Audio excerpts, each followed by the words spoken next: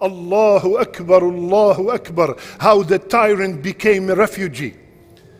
Allahu Akbar, Allahu Akbar. How thousands of people regained their freedom. Allahu Akbar, Allahu Akbar. How Allah subhanahu wa ta'ala kept us alive to witness, to live ayat in the Quran.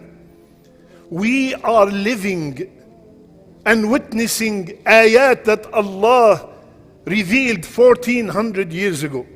When Allah subhanahu wa ta'ala, He said, سَيُهْزَمُ الْجَمْعُ وَيُوَلُّونَ الدُّبُرُ. We are witnessing this ayah when Allah subhanahu wa ta'ala said, soon their unity will be defeated and they will be forced to flee. We are witnessing the ayah, وَلَا تَحْسَبَنَّ اللَّهَ غَافِلًا عَمَّا يَعْمَلُ الظَّالِمُونَ. And don't ever think that Allah is not aware of what the oppressors are doing. We are living the ayah where Allah subhanahu wa ta'ala said, lend me your ears, هُوَ الَّذِي أَخْرَجَ الَّذِينَ كَفَرُوا مِنْ أَهْلِ الْكِتَابِ من ديارهم لأول الحشر ما ظننتم أن يخرجوا وظنوا أنهم مانعتهم حصونهم من الله فأتاهم الله من حيث لم يحتسبوا وقذف في قلوبهم الرعب يخربون بيوتهم بأيديهم وأيدي المؤمنين فاعتبروا يا أولي الأبصار. الله أكبر. He is the one who defeated them and let them leave their land. You thought this will never happen. Allah is saying, you thought this will never happen. But Allah subhanahu wa ta'ala throw terror in their heart. So be aware, wake up, O people of intellect. My brothers and sisters, هذا يوم من أيام الله. This is one of the days of Allah Azza wa Jal. This is one of the days of Allah Azza wa Jal. It's a historical moment. It is a moment that every Muslim should rejoice that Allah subhanahu wa ta'ala made him witness it. My brothers and sisters, 13 years of torture, 13 years of displacement, 13 years of humiliation, families shattered, over half a century of zulm and oppression. Allahu Akbar, Allahu Akbar. And we do not blame only that leadership. We also blame everyone who supported that leadership. We also blame everyone that had the ability to stop the zulm, and they never did anything, and welcomed them with open arms and took pictures with them. These are also partners in the crime. My brothers and sisters, the punishment of the zalim is not only in the Akhirah. The punishment of the oppressor is in the dunya before the Akhirah. Allah subhanahu wa ta'ala said, Wallahi, that by itself is enough punishment. Wallah la yuhibbu al-zalimin. Allahu Akbar. Allah does not love the zalimeen, the oppressors. Allah subhanahu wa ta'ala said, Innahu la yuflihu al-zalimun. The oppressors will never ever be successful. Allah subhanahu wa ta'ala said, Inna Allah la yahdi al-qawm al-zalimin. Allah will never guide those people who are oppressors. Inna alladhina kafaru wa zalamu lam yakun Allah liyaghfira lahum wa la liyahdiyahum tariqa. The people who have disbelieved and the people who have committed oppression, Allah subhanahu wa ta'ala will never forgive them. And that is all in the dunya. As for the Akhirah, Allah subhanahu wa ta'ala said, La'natullahi ala al-zalimin. La'natullahi ala al-zalimin. Anytime you see the word la'na in the Quran, it means the opposite of rahmah, the opposite of mercy, the opposite of the only ticket to Jannah. La'natullahi ala al-zalimin. Allah subhanahu wa ta'ala said, subhanallah, wallahi, I cannot believe that I'm seeing the ayat being displayed in front of my eyes. وَلَوْ أَنَّ, this is in the Akhirah. We saw the ones in the dunya. In the Akhirah, Allah subhanahu wa ta'ala said, وَلَوْ أَنَّ لِلَّذِينَ ظَلَمُوا مَا فِي الْأَرْضِ جَمِيعًا وَمِثْلَهُ مَعَهُ لَافْتَدَوْا بِهِ مِنْ سُوءِ الْعَذَابِ يَوْمَ الْقِيَامَةِ. On the day of judgment, the one who was oppressor, the one who was oppressing others, he is ready. Listen to this. He is ready. If he owned the whole dunya and everything in it and similar to it, he's ready to give up all that just to be saved from the punishment of the day of judgment. Not $1 million, not $1 billion, not a city, not a continent, everything. If he owned it, Allah said he will give it away. Please save me from the punishment. My brothers and sisters, one of the adab, the punishment of the Akhirah, is Allah subhanahu wa ta'ala said in the Hadith al-Qudsi, الظلم ظلمات يوم القيامة. Oppression is darkness on the day of judgment. On that day when we are striving and struggling for a beam of light to cross the sirat. May Allah make us cross the sirat like lightning. There will be people who are oppressors. They will have complete darkness. Zulm is of three kinds. The first zulm that Allah will never forgive is if someone died believing that Allah has a partner. Shirk. Inna shirka la dhulmun azim. It is the greatest dhulm. In Allah told us, He forgives everything. إِلَّا أَن يُشْرَكَ بِهِ, except shirk. So that first dhulm is the dhulm against Allah. This dhulm will never be forgiven. The second dhulm is the dhulm that is between me and myself. ظَالِمٌ لِنَفْسِهِ. When I wrong myself,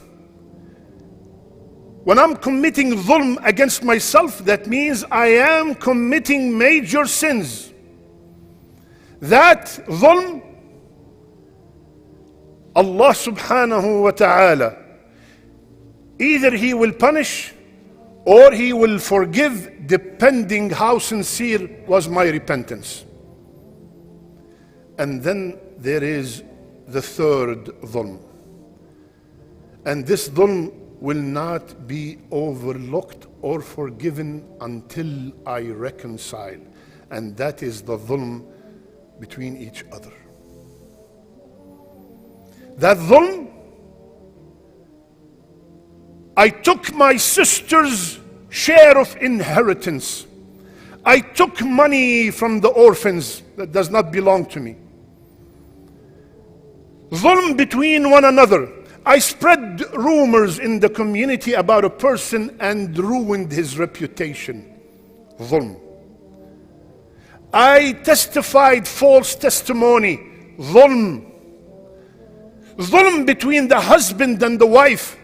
When the husband does not give his wife her rights, and when the wife does not give her husband his rights. Zulm. When the children do not give their parents their rights. Zulm. That zulm, I have to fix it in this dunya before I get to the Akhirah. Rasulullah sallallahu alayhi wa sallam told us, whomsoever have madlama, whomsoever have wronged someone, hurry up and fix it in this dunya, because on the day of judgment, no dinar, no dirham, no money will work. Over there, the currency is hasanat and sayyi'at. The person will stand up over there and he will tell you, Habibi, you did this to me, you ruined my reputation, you spread rumors against me, you took what belonged to me and you knew it. give me 10,000 hasana. You give him the 10,000 hasana and you think that you're done, and you look around and you see a huge line. So Rasulullah ﷺ said, no matter what it costs, make sure you finish everything here, because you cannot afford to leave it till the day of judgment. My brothers and sisters,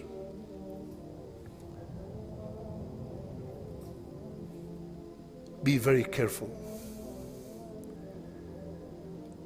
One time there was a king,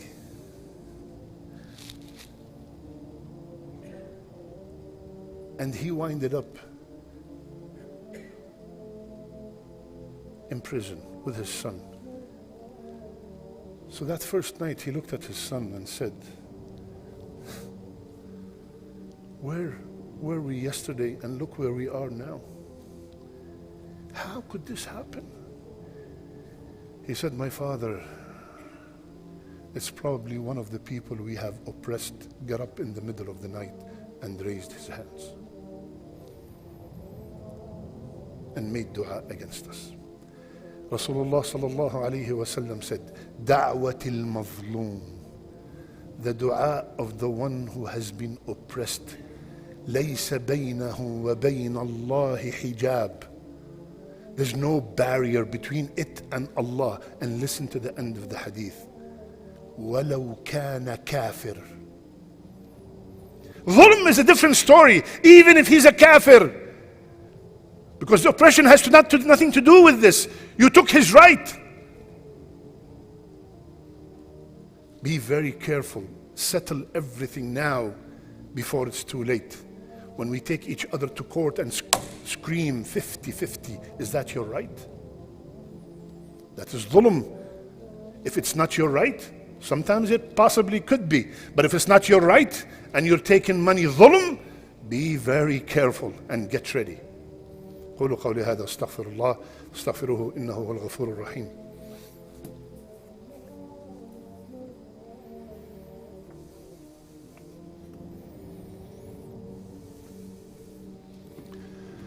بسم الله وحده والصلاة والسلام على من لا نبي بعده. Look at the promise from Allah to the mazloom. The promise from Allah to the one who's thrown in jail for 30 years and he has no clue why. The promise of Allah of the person who was jailed because he attended Fajr in Jama'ah more than once a week. Listen to his promise. Allah subhanahu wa ta'ala said in the Hadith al-Qudsi, وَعِزَّتِي وَجَلَالِي, Allahu Akbar, by my honor, by my glory, لَأَنصُرَنَّكَ وَلَوْ بَعْدَ حِينٍ, I'm gonna make you victorious even if it takes forever. My brothers and sisters, during this historic moment, people were divided into two groups. People who were very extremely happy, rejoicing, celebrating, and they have the right to. And the other group is very skeptical. And they are worried. How could this happen in such a quick, unbelievable time? There has to be something hidden. There is a plot behind this.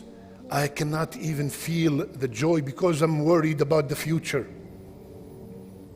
We tell this group, just the fact that tens of thousands of people were released from oppression, that by itself needs joy.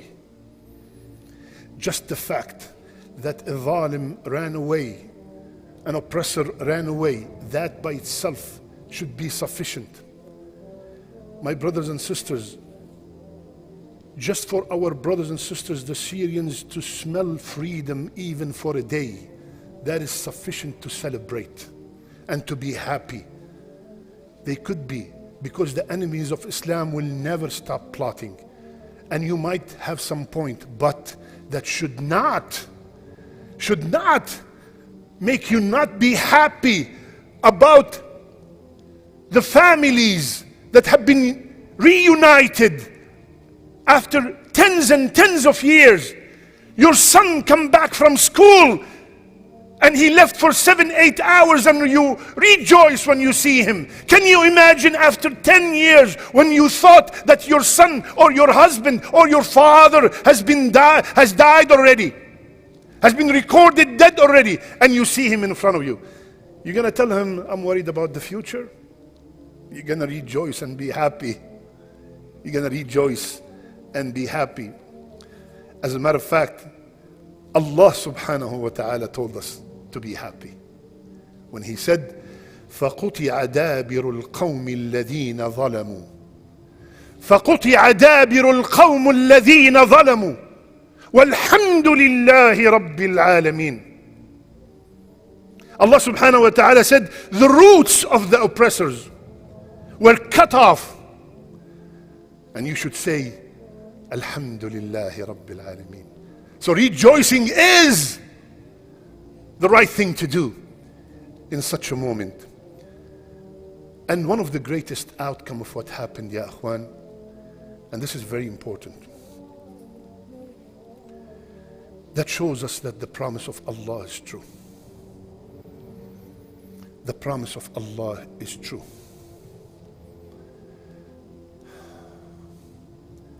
How many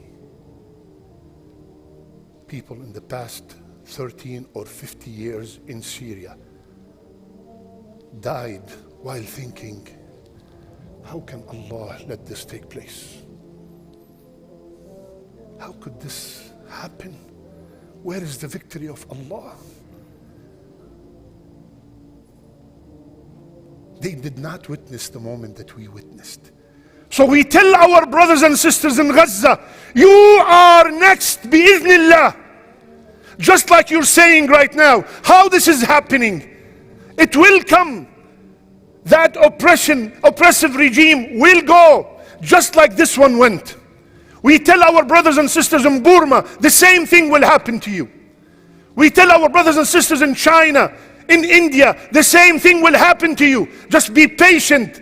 We do not have, it's not a must to witness what we witnessed. This was a gift. We just have to have complete trust in Allah. Whether we witnessed it or not, millions of people died without witnessing it. But it happened. Similarly, bi-idhnillah, just like thousands of people died in Palestine, and maybe they will not witness, but bi-idhnillah, the victory is coming. My brothers and sisters, Allah subhanahu wa ta'ala la yukhlifu al-mi'ad. We should strengthen our iman in Allah Azza wa Jal. Just because everything is dark and complicated and you're confused, that does not mean that Allah is going to break His promise. Allah promised, Inna ad-deena inda Allahi al-Islam. وَمَنْ يَبْتَغِي غَيْرَ الْإِسْلَامِ دِينًا فَلَنْ يُقْبَلَ مِنْهُ وَهُوَ فِي الْآخِرَةِ مِنَ الظَّالِمِينَ مِنَ الْخَاسِرِينَ. The deen, according to Allah, is Islam, period. And whomsoever take other than Islam as his deen, it will never be accepted, and he will be in the hereafter among the losers.